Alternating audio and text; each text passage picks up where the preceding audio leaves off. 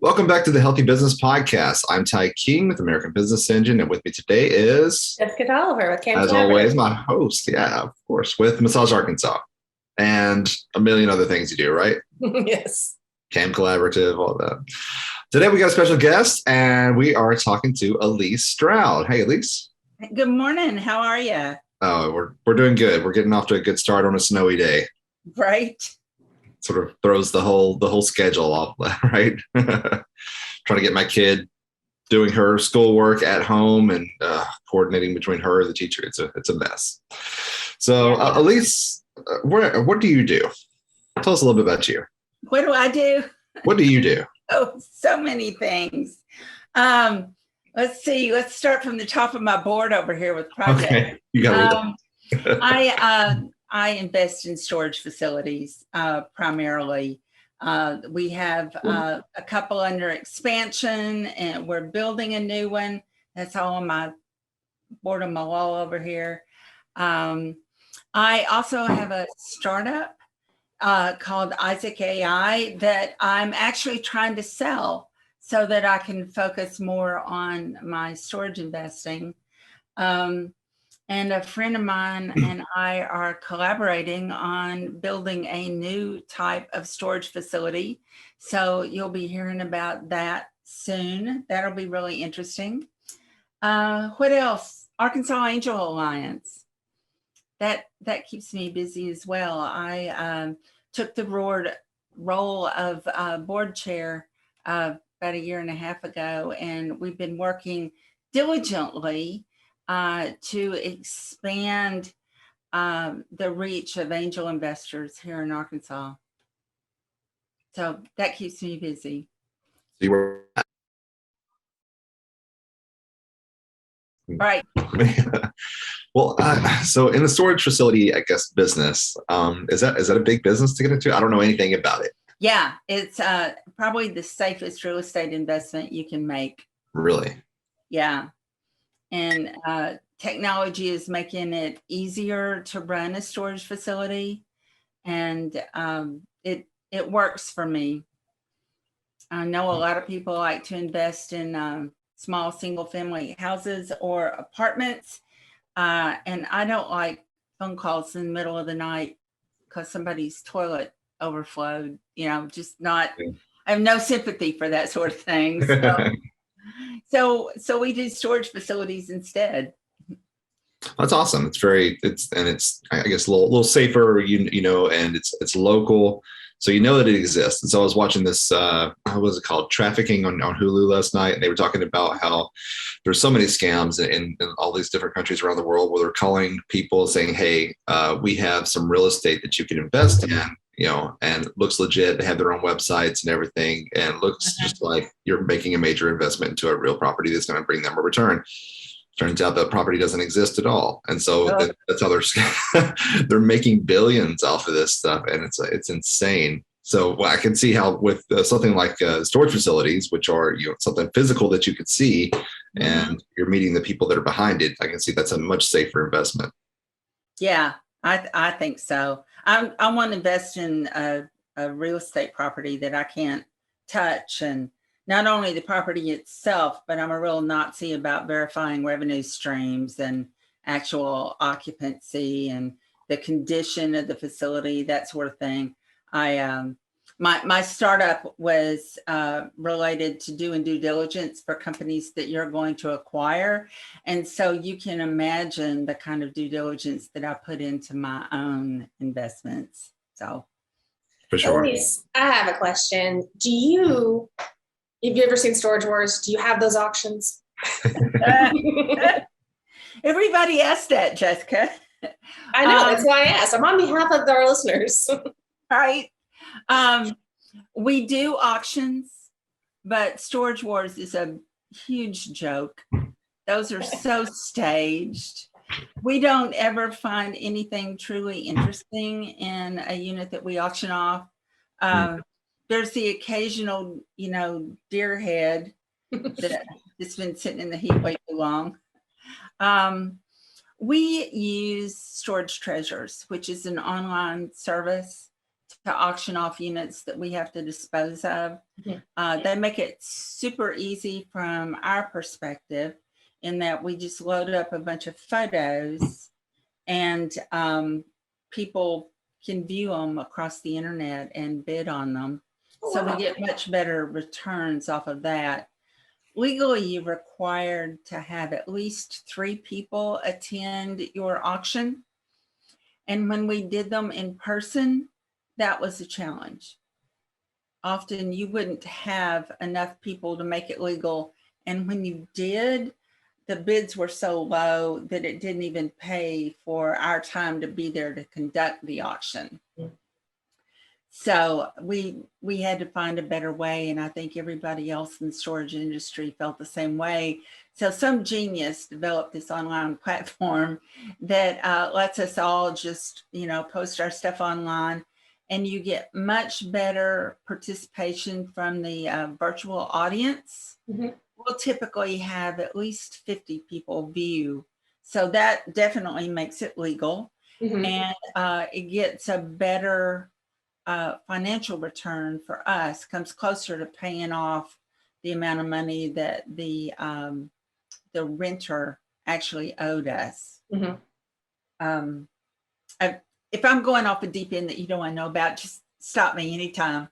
But you have to be 90 days delinquent before you can auction off somebody's unit.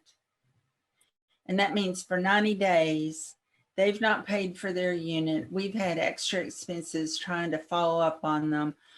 We've had to send them all kinds of required communications to remind them that they owe us money. And along the way, they picked up a lot of fees. We have to do a lien search, and there's all this legal stuff that has to happen. And we have it is, and we have lost revenue at that time.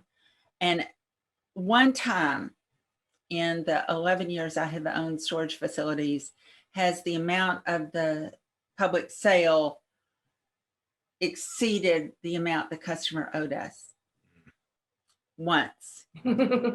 Most of the time, they're like a third less what we're owed. So it's really we lose a lot of money trying to give people a lot of time to come get their stuff. Mhm.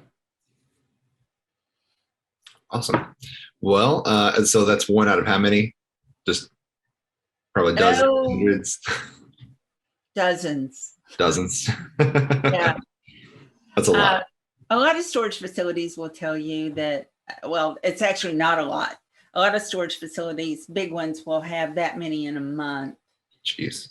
But we work really diligently to get our customers to pay us.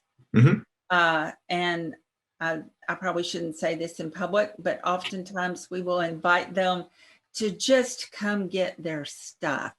Yeah. We don't give them unsupervised access to their unit, but if they'll Of make an course. appointment and come clean it out so that we can have the unit back, we feel like that's a win for everyone. They get to keep their stuff and we get our unit back faster. That makes sure it's, I mean, you don't have to clean it out yourself, and you don't have to have the auction. Right? And Yeah. maybe break even. Yeah. Yeah. All those things. Right. So when you went into business with storage units, did you go into it to become a finance person or a marketing person? Me and Jessica talk about this a lot. It's like whenever you start a business, you go in to serve one service, you know what I mean? But then you have to wear all these different roles in being a business owner that you never really were like, okay, I didn't expect I had to do all this. Yeah. Yeah, you have to learn a lot. And you're absolutely dead on right. I have had to learn a lot about finance that I did not understand when we started down this path. Mhm. We started to just create a second revenue stream. We were doing bank consulting at the time. And so this was just kind of a side gig when we started it. And over time, it's become the focus. But yeah, all the hats, marketing, maintenance, you have to learn how to do manual labor things that I had no idea I'd need to know. Uh, we're headed out this weekend to work on some locks, so we'll be, hammering things. But never thought I'd, be doing that. Right. How did you decide at what point and what type of triggers or notifications or milestones did you hit when you realized I am not going to be bank consulting as my primary gig, I'm going to be investing as my primary gig? How did you make that shift? It was more of a personal decision about how do I want to spend my time. Bank consulting is very interesting and checks a lot of boxes for me. I get to travel interesting places and meet new people and learn new things. But there's a lot of competition from outside the US to do a number of the tasks that I used to do for banks. And they're willing to do it for pennies on the dollar. So it made it very difficult to keep growing your rate over time.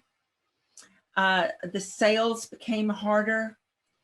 And I realized that I was never going to be wealthy continuing to charge dollars for an hour of my time because there's a limited number of those.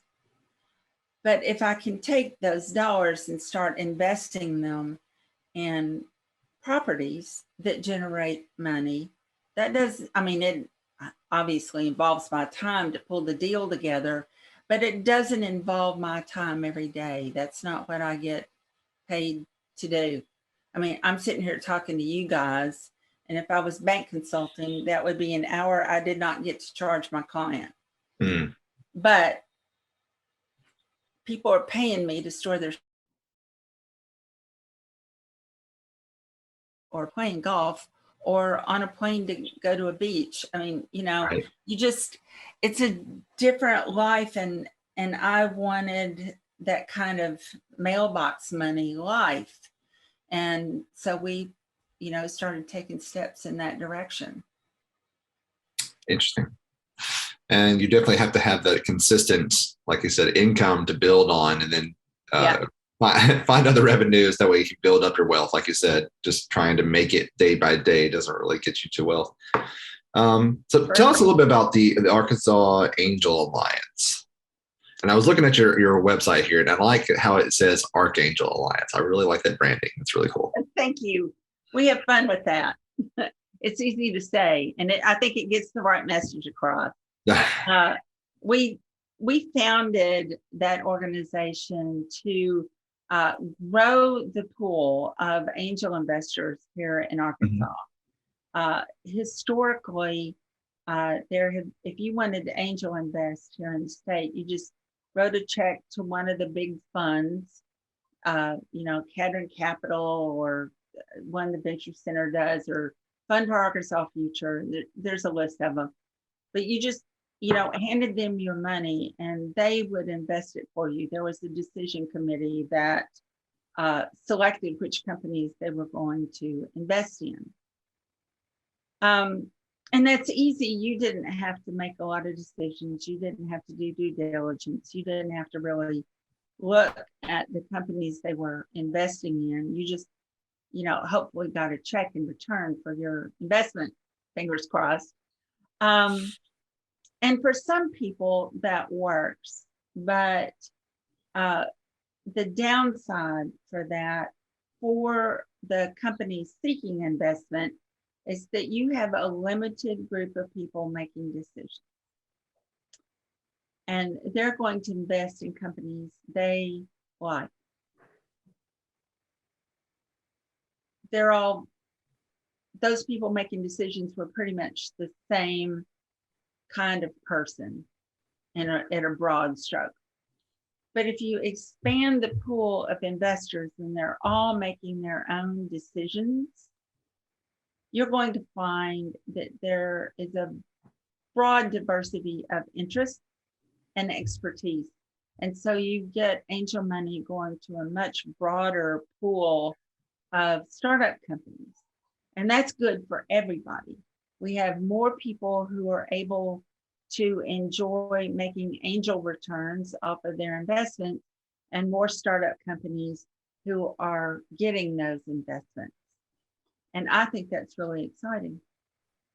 So we're making steps toward expanding the number of people in the state of Arkansas who understand what angel investing is and how to do it.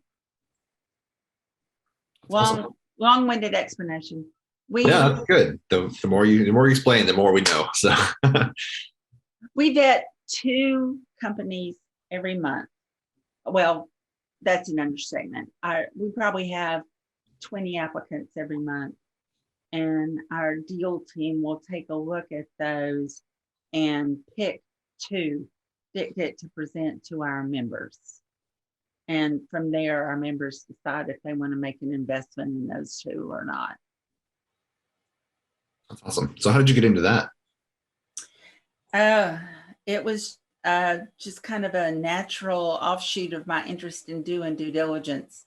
That and another really interesting kind of investing.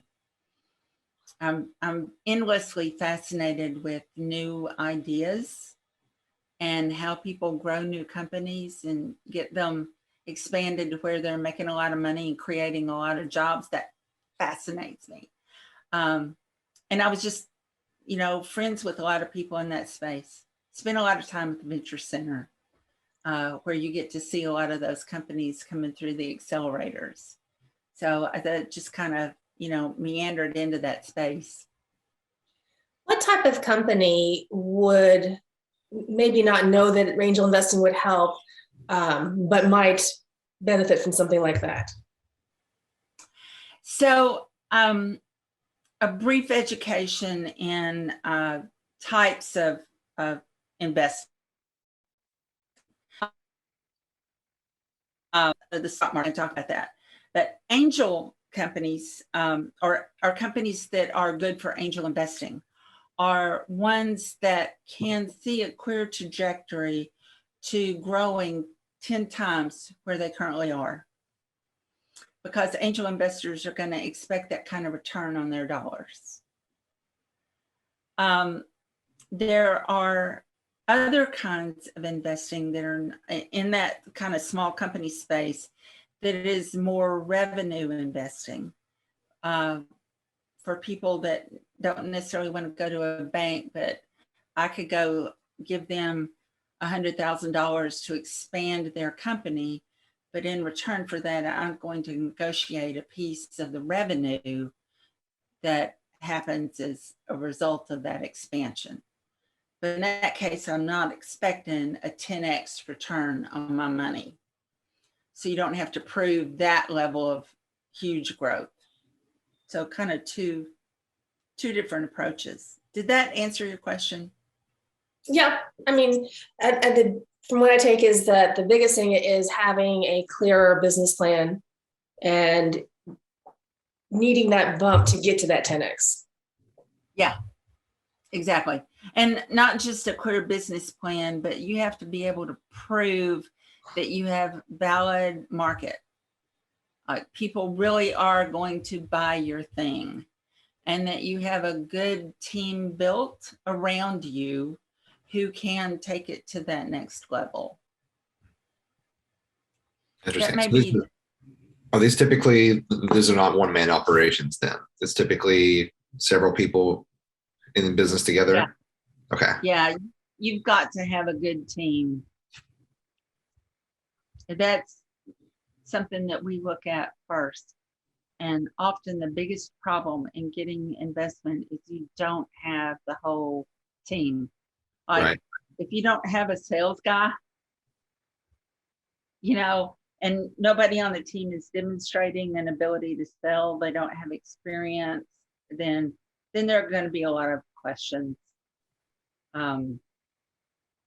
Which is an interesting point, because what we talked about at the beginning here is, as a business owner, whenever you have a startup, typically you are just one person, and you're having to wear all these different hats and to go in all these different directions. You're having to deal with the finances, the marketing, and getting it, make sure everything's legal, your contracts, and then providing the services, which is what you started the business for in the first place. And so, yeah, doing all that by yourself, like, I mean, it absolutely can be done. You can accelerate, but for angel investors like yourself, um, you guys are looking for, sort of a team that's put together, and so that's where it would be beneficial to have, a group of a strong core group of people that start a business together. Yeah, absolutely. I mean, you can get away all by yourself, but you're gonna be exhausted, Yeah, and you're not gonna do anywhere near as good a job as you would if you had a whole team to work with. So your job as founding CEO is to go build that perfect team. for sure. And you said you had a startup that you were trying to sell now. So you created a startup and now you're selling. So you're sort of on the other side of this, where it's like you're not trying to get invested in, you're trying to sell it off. Yeah. And so I don't know. Tell us a little bit more about that whole experience. Well, that's really interesting. I mean, emotionally, you have to get to the point where you go, okay, this is not really where I want to spend my time anymore. Even though you may have been I mean, you had to be very passionate about it to get it to where it is. But it's important to really understand that at some point, you are going to have to hand that baby of yours off to somebody who can take it further than you could. You have to be real clear about where your skills and abilities are and the scope of your knowledge and contacts and what you're willing to do, who you're willing to become. And once the company needs something else to grow, then it's time to step back and hand it off. And I've come to realize that that's the case with this particular company.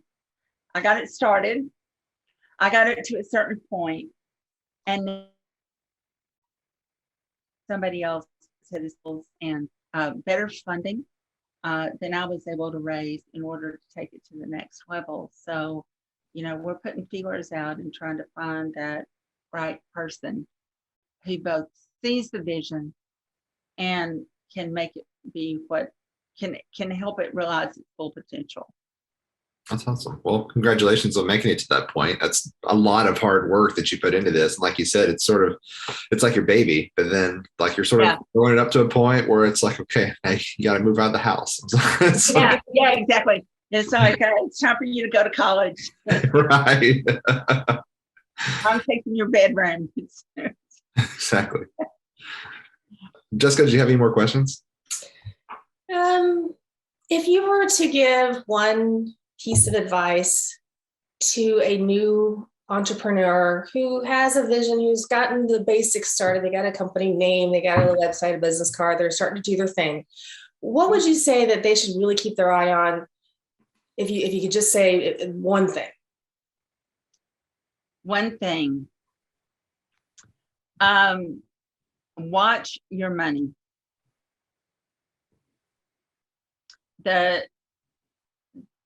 One of the biggest challenges I personally have had in my startup is not really being a finance person. I mentioned that with the storage facilities, I've had to learn that. But that's really important and it's not just a matter of saying, okay, here's what we have in our bank account, but you've got to be able to project how much you're going to need to stay afloat. And you need to understand where that money's coming from. And you're going to have to make sure that that happens or your company dies. So you've got to either raise the money from an investor or borrow it from a bank or get it out of your hip pocket or sell, which is really the preference. So if you're watching the money, then you are real clear about where it's coming from and what it costs. And I think that's the most important thing you can do is start to understand how that money gets into your company. And if it's not via revenue, it's too expensive. Mm-hmm. That's excellent advice. Absolutely. Thanks. I think a lot of businesses fail for that specific reason. They go in and they're like, hey, I've got $200 in the account. I can go buy this thing, or I'm fine for the weekend. They're not thinking about overhead. They're not thinking about the little expenses that you don't think about, the water and that you had, the case of water you bought, or all those little things add up. They do. Absolutely. And if you're not paying attention to absolutely every little expense, you're going to have trouble. Mm-hmm. Very cool. I think you know all that from your own personal experience. Yes, ma'am. That's right. Yeah. If you've ever started a business by yourself, you're absolutely going to experience all those things. So, yeah. Yeah. Yeah. And I think a lot of people are like me. They would much prefer to just be out doing their thing. Mm-hmm. Whatever it is that. Sure. It's like, that's the best part of working for yourself, right? Is that you get to do whatever you want to. It's like, no, you get a lot more responsibilities on your shoulder now. Like there are certain, like leisurely things you get to take whenever you work for somebody else, because like all the stress on the business, that's not on your shoulders. You just do your job, you clock out, and you don't have to think about it. Yeah. But yeah, as I think a lot of employees don't realize what kind of stress it is to run a company. They just look at the big salary their CEO is drawing. They think, they really don't know, and are all jealous about that and think that person hasn't earned that. Yeah. And I'm here to tell you that person earns every penny they're getting. The stress, the decisions they have to make. It's being CEO of a company, large or small, is a huge, huge undertaking. So I want to throw just one tiny interesting fact on that. Yeah.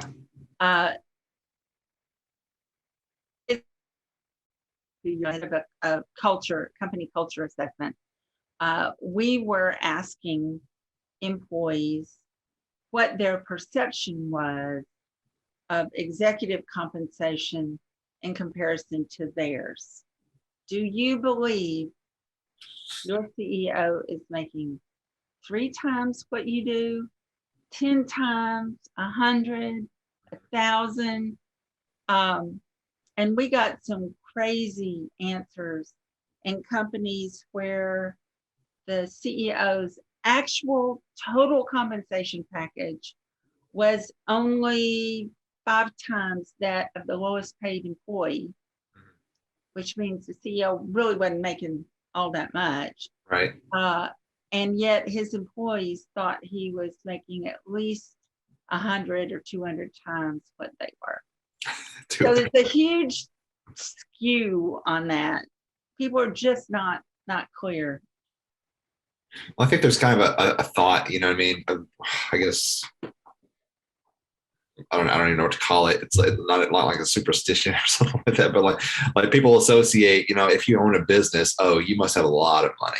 You must be rich. And it's like, that's not the case at all. It's just that I work hard. And I make it look good, and I may wear a suit here and there, what I mean? But it's like, no, I'm trying to make this thing run, trying to get it to that point where I can be wealthy, what I mean? But like I said, for the most part, especially the first few years that a company hires employees, the business owner himself may make less than their highest paid employee, because they're trying to make the business, but they understand that there's an end goal here. And in order to get there, we have to build this up, which means giving the employees what they need, and then making sure that they are bringing in the revenue that they should, and then building the business from there. So there may be a few years where you're making less than your top paid employee. So we get a lot of grief at the mini storage when we raise rates. Mm-hmm. Every time we do it, there will be someone who calls and is just sure we're being greedy. And we don't necessarily tell them this, but the truth is we have, for the last decade, plowed almost every cent back into the business, either expanding into new software or patching the asphalt or, whatever, new cameras, fixing the fence, and we felt like that was important. One year we completely replaced the roof on every building we owned because we were getting these little pop-up leaks in it. And so our customers didn't see that. They didn't understand the huge capital reinvestment that was. And truth be told, until this month, we have never personally drawn a penny out of that business. Now, don't think this is a charity. I mean, businesses appreciate in value, so there's plenty of equity there when we sell them. But the point is people think that we raise the rents just to be greedy, and we don't. We're raising the rents just to be sure that it can cover the bottom line, not so we can, take a trip to Tahiti.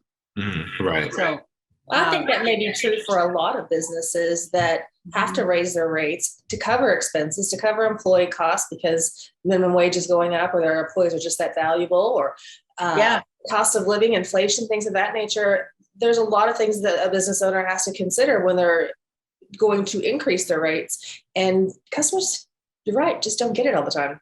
They don't. And, it's unfortunate. I mean, I have the same comment about the electric company when they raise their rates. I don't like it, but we all have a business to run. Mm-hmm. We have to keep them afloat so that we can provide that service. Sure, for sure. Jessica, you have any more questions? No, I think that's good. I think a lot of great sound bites. Really appreciate you coming on, Alese. Thanks so much. I always enjoyed talking to you guys. I appreciate it too. You're always so insightful. You always give us a lot of things to think about. We just sit here in silence after you're done talking for a few seconds. Oh yeah, we got to talk again. So, shut up. No, you're giving us good things to think about.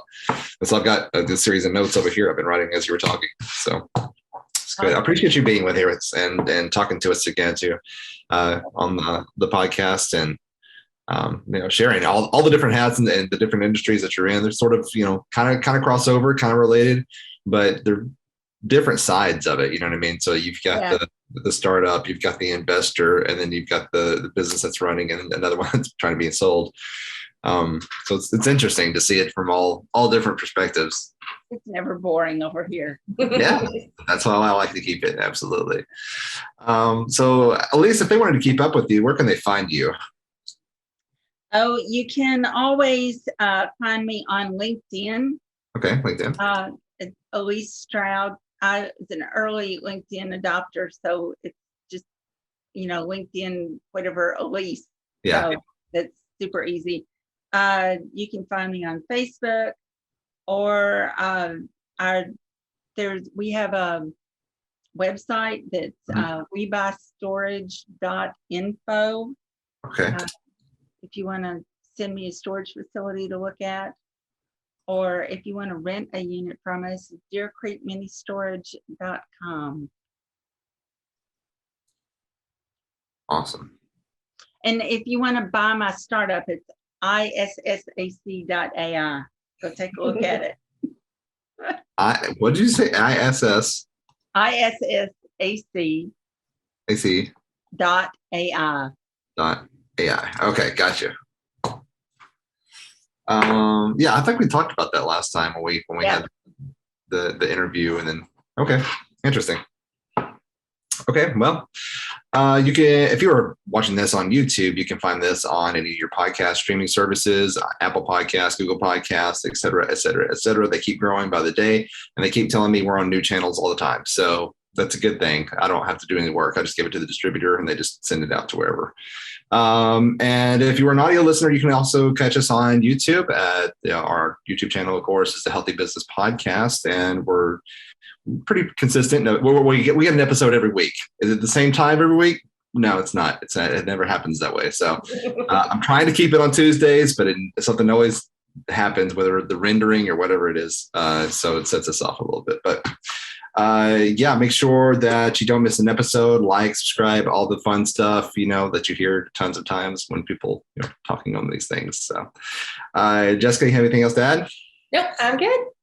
You're good. Okay. Well, we're going to go enjoy this snowy day in Arkansas and try to get some work done. And so, Alese, it was great having you. Thank you so much for coming back and talking to us. Welcome. All right. And until next time, keep your business healthy.